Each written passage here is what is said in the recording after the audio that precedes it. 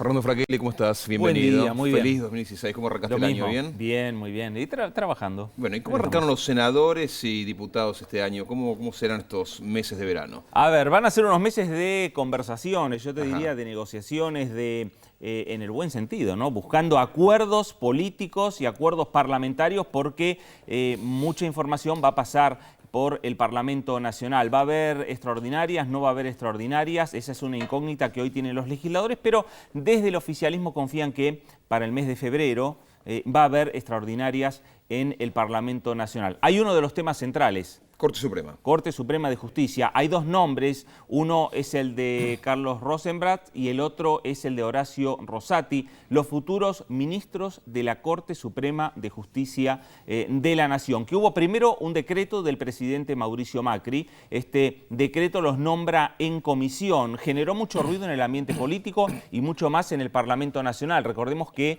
los ministros de la Corte necesitan el acuerdo del Senado Nacional, un número especial de legisladores nacionales para que sea ¿te imaginas que va a aprobado estar este acuerdo? provisionalmente poco tiempo, muy poco tiempo, un tiempo razonable? ¿Va a haber rápidamente algún pronunciamiento por parte del Senado? ¿Qué te imaginas que puede llegar a pasar? A ver, primero es la discusión política fuera del Parlamento Nacional o de manera informal en el Parlamento Nacional, hasta que se termine de acordar principalmente el tema de los números en el Congreso de la Nación, los números en el Senado, para que el Poder Ejecutivo, una vez que esos pliegos ingresen al Parlamento de la Nación, sean aprobados por la Comisión de Acuerdos primero y por el Pleno del Senado Nacional. ¿Se necesita una mayoría especial? Se necesita una mayoría, pero ¿qué es lo que se necesita principalmente? El acuerdo político.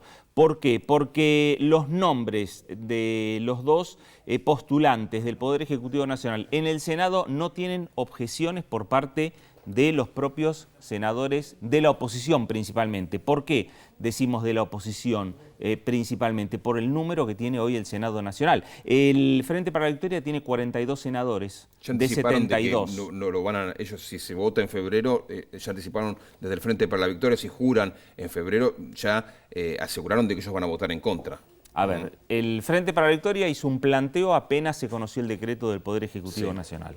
Con el correr del tiempo y mucho más ahora, una vez que el presidente Mauricio Macri retoma la actividad y también tiene a sus hombres de confianza buscando acuerdos en el Congreso de la Nación, allí está Federico Pinedo, allí está Emilio Monzó, el presidente de la Cámara de Diputados, y allí está Gabriela Michetti, la vicepresidenta de la Nación y presidenta natural del Senado. Por ahí van a pasar los acuerdos políticos y los nombres tanto de Carlos Rosenkrantz como el de Horacio Rosati no generan problemas o rechazos en el seno del Frente para la Victoria. Lo que estaba generando rechazo era el mecanismo utilizado por el Poder Ejecutivo. A ver, Fernando, ¿pueden ser utilizados estos dos nombres como moneda de cambio a la hora de negociar otros acuerdos dentro del Congreso? No, están hablando hoy por hoy, todo se negocia, todo se discute, todo se analiza, pero hoy por hoy se está discutiendo puntualmente el tema de la Corte Suprema de Justicia. ¿Cuál es la posibilidad que están planteando algunos senadores del oficialismo?